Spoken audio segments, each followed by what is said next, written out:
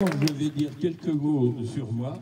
Je suis vraiment surpris de voir autant de monde, de voir autant de sourires, de voir autant de voitures et de voir autant de personnes qui sont attentives et qui ont l'amour de la voiture ancienne, l'intérêt de la voiture ancienne, c'est évident. On arrive là, des routes qui sont bien, hein. On tourne, mais on voyait personne, hein, on voyait personne. Ah, personne. On a demandé notre chemin. Et on n'a pas trouvé le facteur, donc c'était pas au facteur. Et finalement, on est arrivé là et on vous a vu. Merci, merci. Je vous remercie également, Madame le sous-préfet, Monsieur le député, et tout le monde, mais c'est encore mieux pour vous. Je tiens bien à le dire. Alors moi, aujourd'hui, j'ai encore continué de parler un petit peu de moi. C'est une réminiscence d'une double émotion. La première émotion, j'ai situé ça, j'ai eu la confirmation par le grand chef des DS qui est derrière moi à ma droite et qui me contrôle. En 56 ou 57, j'allais au cinéma conduit par la dame qui nous faisait le catéchisme au patronage. Et on était là, en rang, on passe devant la Banque de France à Beaune. Et là, je suis tombé en arrêt devant une sorte de chose, une soucoupe volante, et je ne sais quoi. C'était une DS 19, vert bouteille, pois crème, qui était à l'époque, parce que c'était vite fait pour ça, très abaissé. Ça a été un choc émotionnel. Puis on a continué notre chemin à pied, on est allé au Vox, là, tous ensemble, avec les copains du patronage. C'était la première fois de ma vie que j'allais au cinéma. C'est vrai qu'on ne parle pas de télévision, bien sûr. J'avais déjà vu des films, mais c'était des 8 et des Super 8, il n'y avait pas de parole, je dirais. Dans le film que vous doutez dont je vais parler, il n'y a pas beaucoup de paroles non plus. Hein. Et on est entré, mon père m'avait dit, fais bien attention, regarde bien ce film, il est plein de trésors humains et de trésors du terroir de notre France. Donc je savais qu'il me poserait des questions, et puis c'était difficile de le regarder, tellement on avait de larmes dans les yeux, à rire aux éclats. Lorsque l'on a vu arriver toute pédale débridée, chers collègues, toute pédale débridée, François le facteur, ça a été, le Vox, c'était un immense éclat de rire. C'était un immense éclat de rire dans la salle. Il faut dire que personne, je pense, ne connaissait Buster Keaton. Pour moi, il y a une certaine filiation entre Buster Keaton et puis Jacques Tati et François le facteur. Alors aujourd'hui, eh bien, je retrouve tout. La porte, je retrouve les halles. En arrivant, tu me les as montré, Olivier, on a retrouvé le clocher. Et puis je ne pensais pas retrouver François. Et ça me fait vraiment plaisir, François. Ça, c'est très sympa. C'est des grands moments de vie, quoi, tout bêtement, hein, parce que la vie, il ne faut pas aller la chercher à 14 heures, elle est comme ça. Alors c'est fini, maintenant on va parler du programme. Maintenant, on va parler du programme des villes et villages d'accueil. En fait, c'est né de quoi? C'est né d'un constat. La Fédération française des véhicules d'époque, on vous a dit qu'elle regroupe plus de 1000 clubs, qu'elle regroupe des musées, etc. Elle s'intéressait essentiellement aux collectionneurs. Les adhérents, c'était donc des clubs. Par là, les adhérents des clubs étaient donc ipso facto adhérents de la FFVE. Moi, je trouvais que c'était très vertical. Ça descendait comme ça du grand chef à Paris de la FFVE et puis ça irradiait jusqu'à Saint-Sévère les collectionneurs locaux.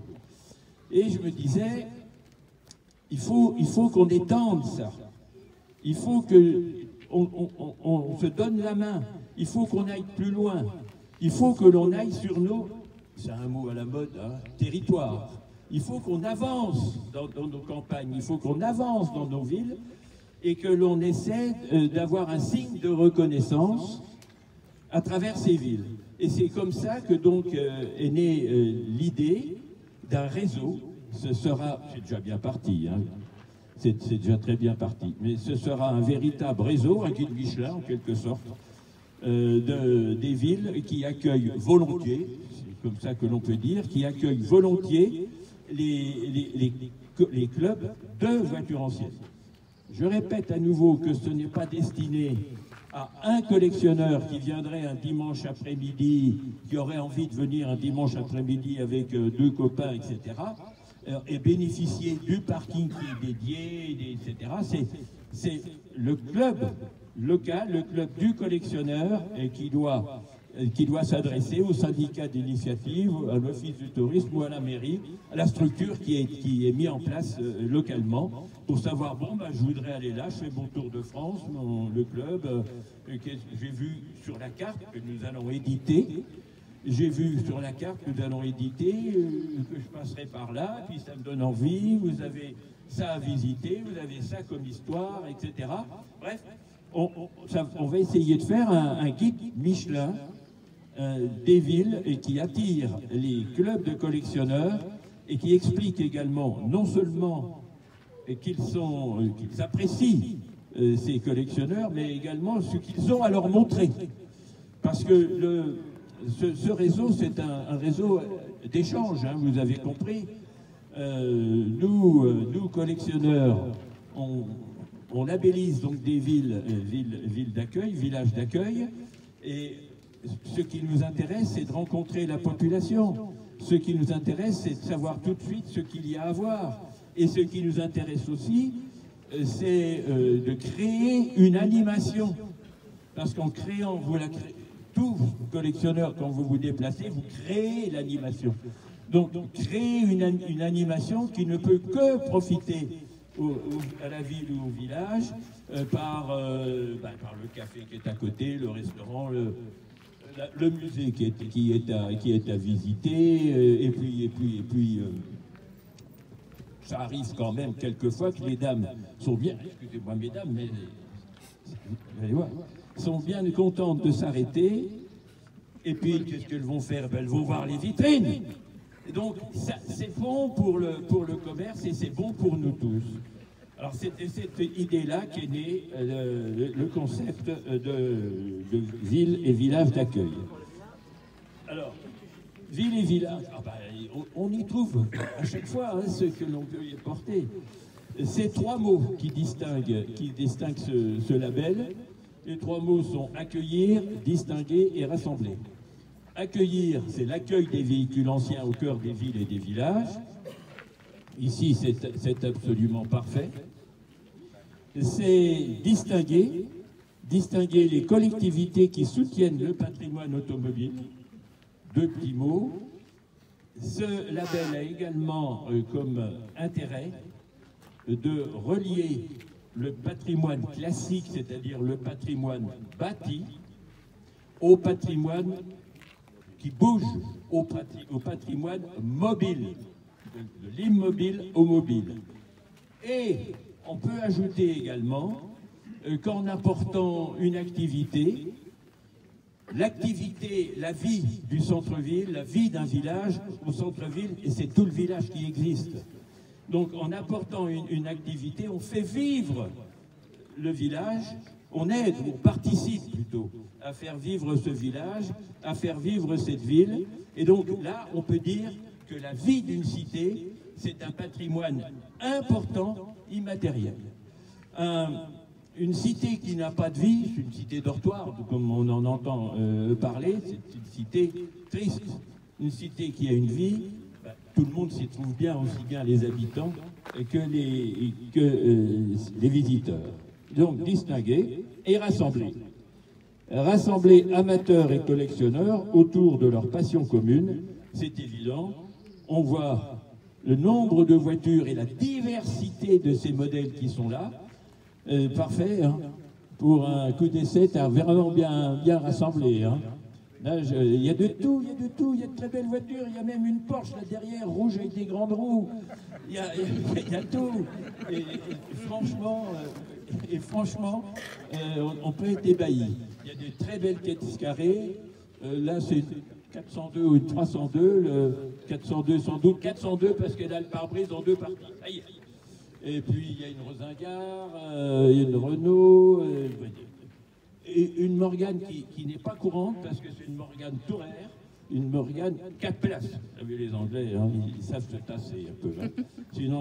Et c'est très peu courant ce type de Morgane. Bravo à son acquéreur. Et puis là, une voiture de course.